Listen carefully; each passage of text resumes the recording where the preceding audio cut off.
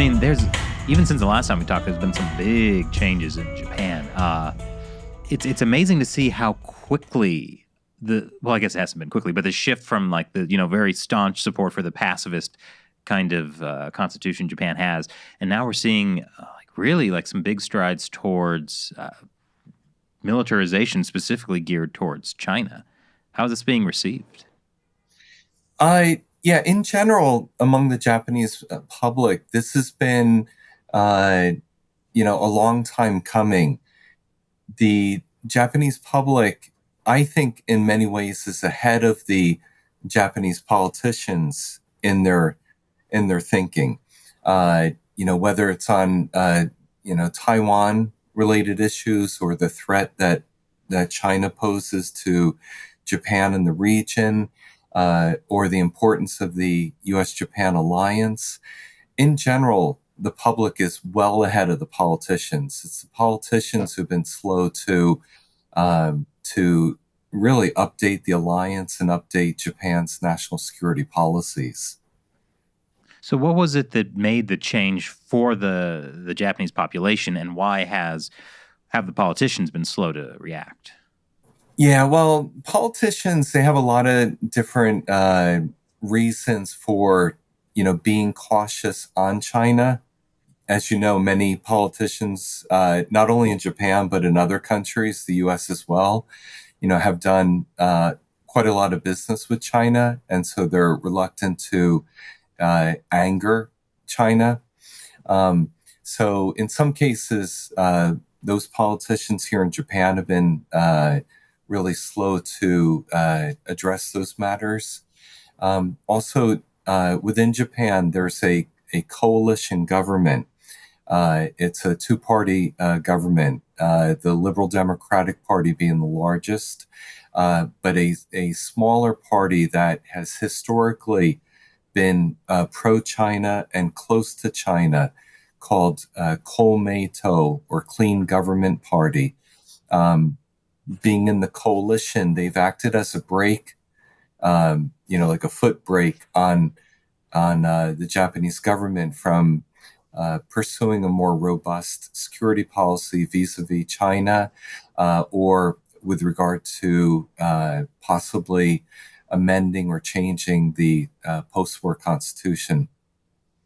As far as the general public goes, again, I go back to my earlier comment that the public in general has been much more realistic in understanding the international challenges and the regional threats.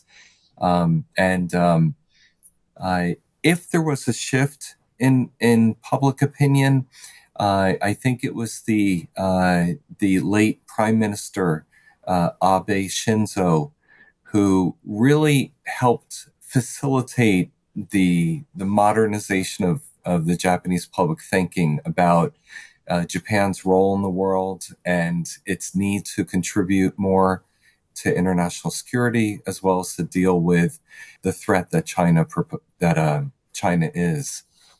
So you can kind of, I think, trace it a little bit back to the Abe administration and his efforts.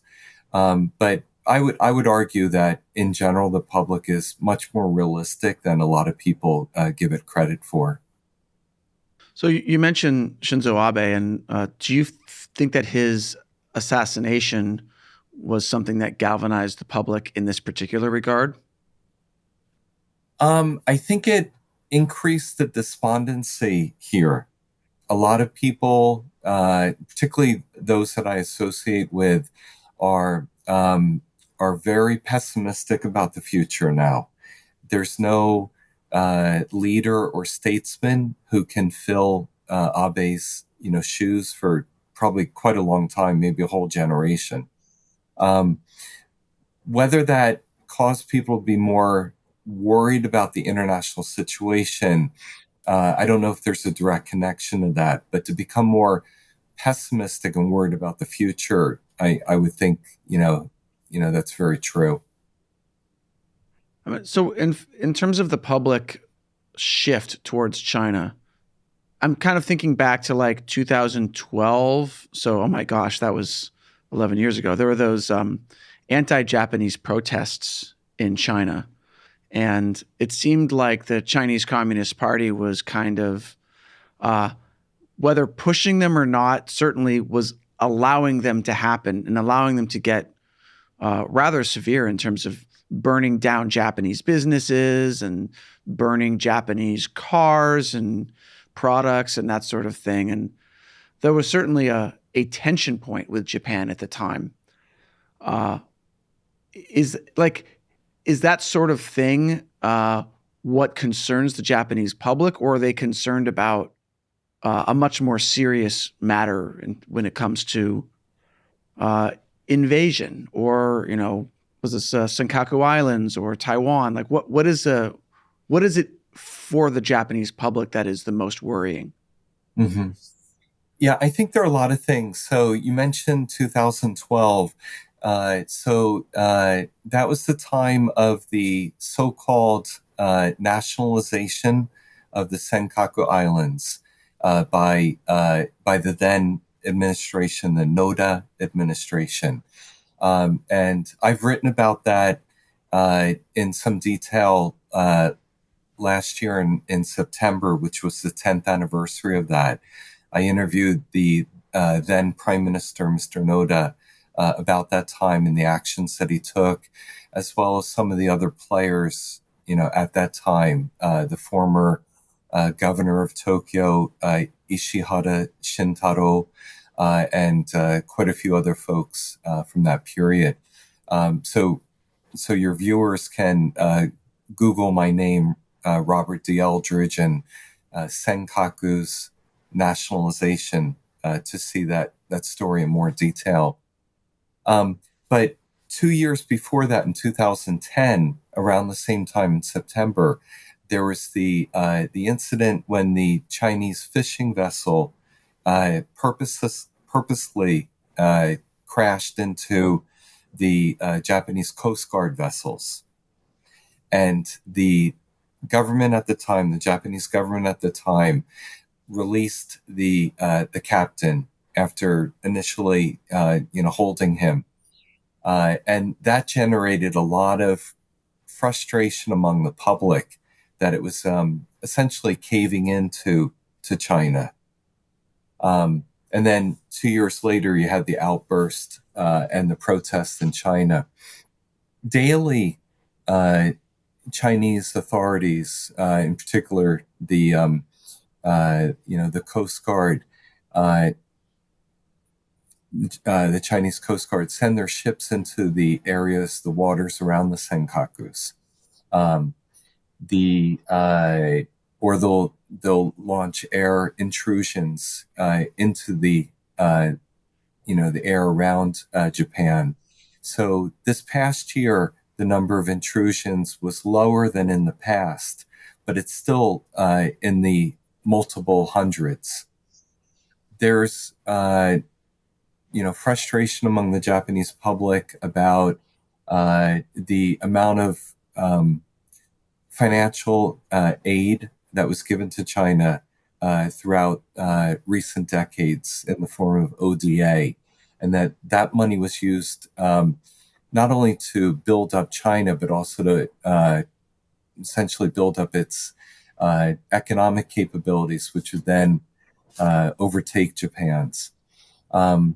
There's frustration among Japanese public and Japanese businesses about being taken advantage of by Chinese government and Chinese businesses within China, and a feeling of unfairness in its relations with China.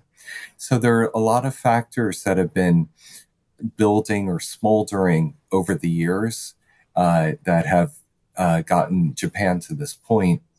And then Japanese will observe China's behavior towards its neighbors, as well as towards its minority populations within the country.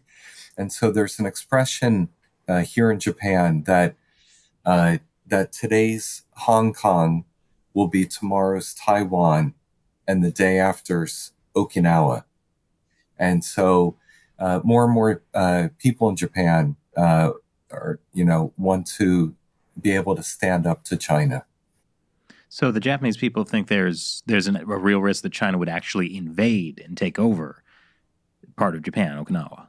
Uh, if not the main islands of Japan, certainly the Nansei Islands, the southwestern islands, in other words, Okinawa, and obviously the Senkakus. So there is that concern about that. And China previously, as you know, has called the Senkakus their own, and they've also strongly hinted at Okinawa, being a part or having been a part of China. And so one of the fortunate things about China is that it declares what it's going to do. It tells the world what it's going to do. And so that's a clear warning, I think, to Japan that China, does intend to take the Senkakus, and it won't stop at the Senkakus. It'll continue on.